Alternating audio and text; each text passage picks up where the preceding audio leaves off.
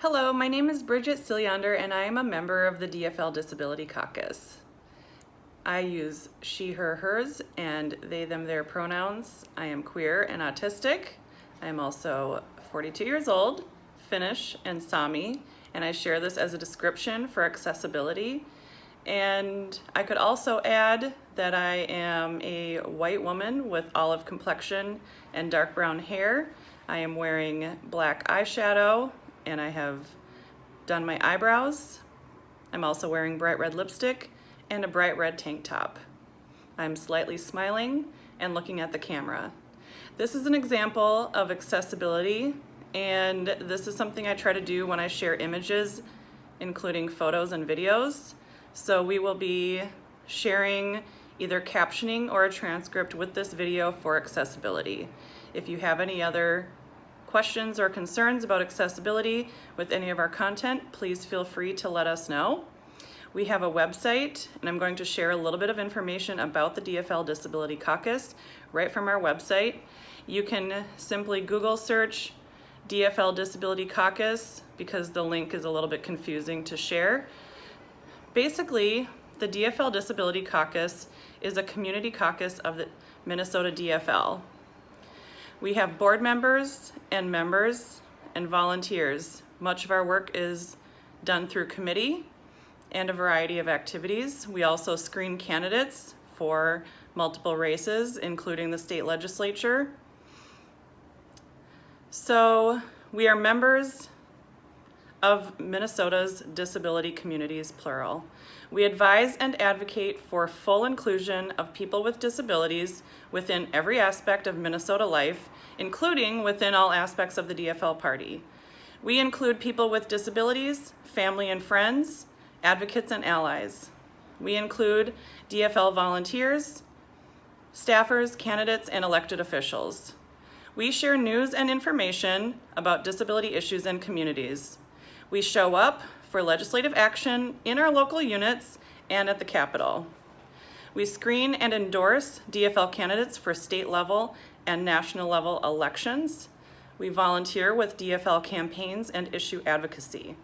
In solidarity with other DFL Disability Caucus community caucuses and outreach organizations, we see and respond to intersectional issues for people with disabilities who also carry BIPOC and/or LGBTQIA+ identities. The Disability Caucus does not handle accessibility accommodations for individuals attending DFL meetings, caucuses, conventions, or other events.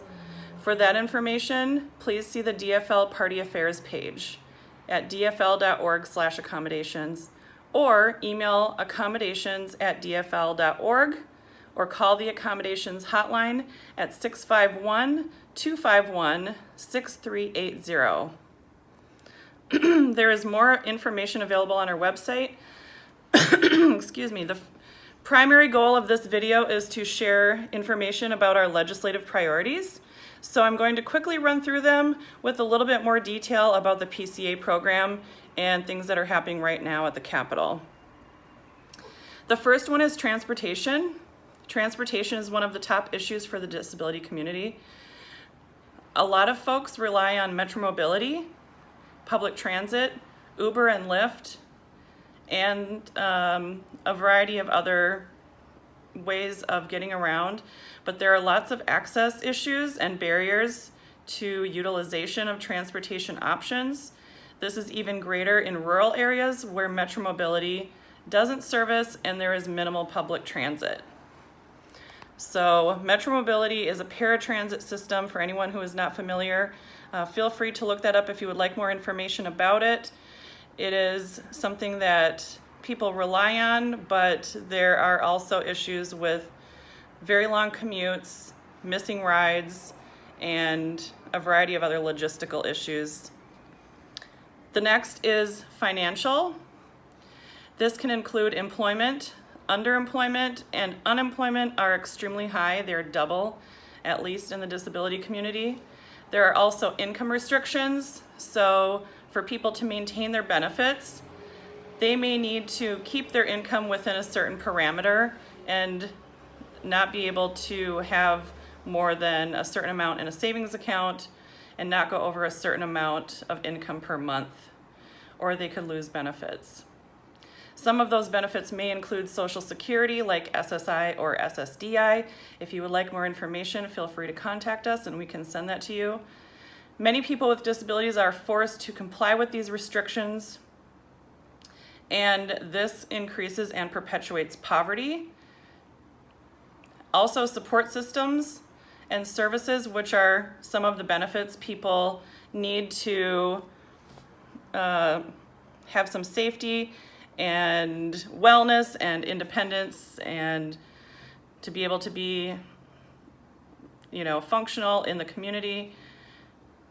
Some examples are personal care assistance services, which I will go into more detail about.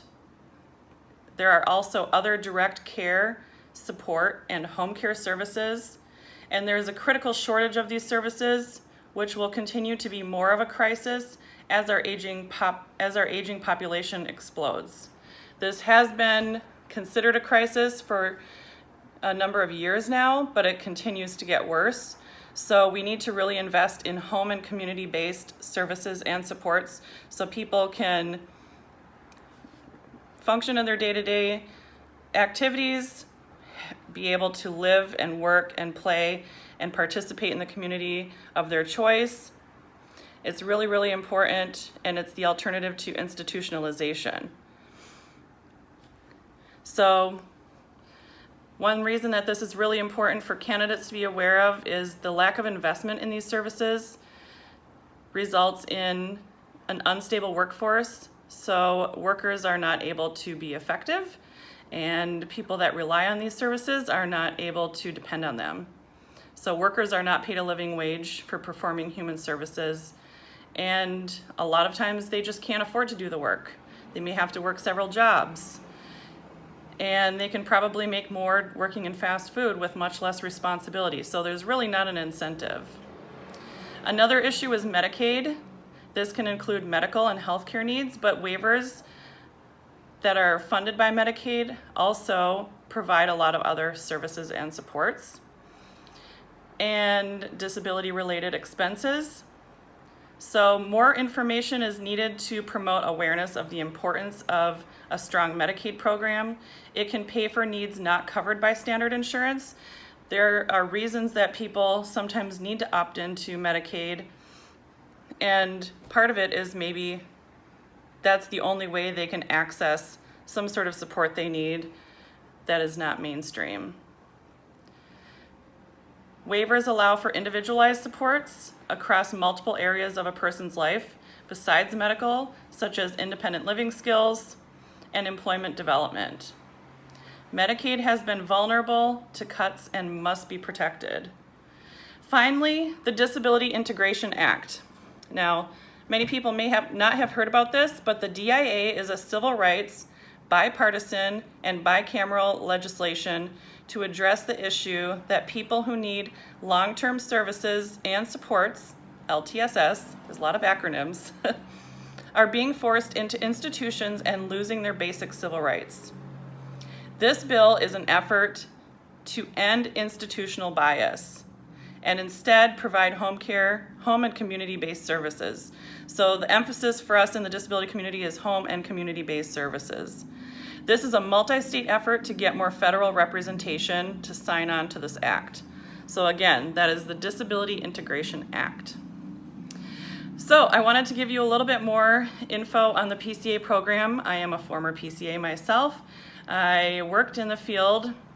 Actually, I'm still a direct support professional, so I've been in this field since the late 90s, and I still see the same issues, and unfortunately, we are still not at a point where the PCA workforce is prioritized enough to receive the investment that it needs to function and for it to reach its potential as a community infrastructure. So I recently reached out to SEIU Healthcare Minnesota and got some updates on what is happening with the PCA program. So I have a call to action, of course, associated with this. And I would like to ask that everyone please support SEIU Healthcare Minnesota in their effort to pass a 13.75 wage increase for PCAs. This is temporary, and it would be in effect until January 31st, 2021. This is the least we can do. They are essential workers, and they've been left behind in the pandemic, including everyone they support, people with disabilities, chronic illnesses, and seniors, etc. Then SEIU will be negotiating a new contract with the governor. This will be sometime this winter, which the legislature would need to approve or deny funding for. That's also an opportunity to invest in this workforce, which is, again, an alternative to institutionalization. Home and community-based services are the preferred form of support and service. They are the alternative to institutionalization. There has been a long history of trying to de-institutionalize the disability community. So there's also more information online on that, and you can look at the Governor's Council on Developmental Disabilities for a wealth of information about that. So this is a human rights issue. People who need these services rely on them for self-determination, independence, quality of life, and the ability to live in their own homes and communities instead of an institution. And it also costs less, because if people are forced into institutions, the cost is much greater. Think of how much it costs to be in a nursing home versus having a PCA come to your home for a customized amount of time. And throughout this whole pandemic, people have been forced out of their homes into assisted livings, group homes, and nursing homes because they can't get staffing, and those places are the highest risk areas for COVID-19.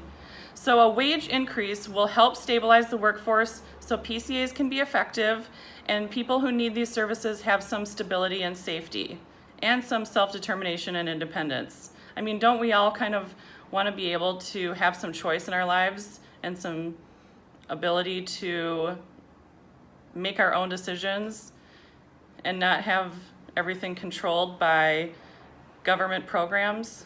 So this is where PCA comes into the picture, and as a way of, liberating people from institutional models and being able to be a part of the community and contribute as well.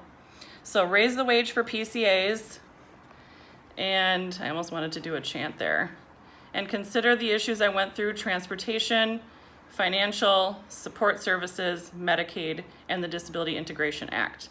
Thank you for listening to this video. If you have other questions, please do feel free to reach out to us, and we will be sharing more information as well. You can email us at dfl.disability.caucus@gmail.com. And we're hoping to put more information together to offer to elected officials and candidates and members of the community, including DFL activists, so that everyone is more aware of disability issues and ableism and intersectionality as well. So thank you so much, and we all appreciate your hard work and interest in these issues.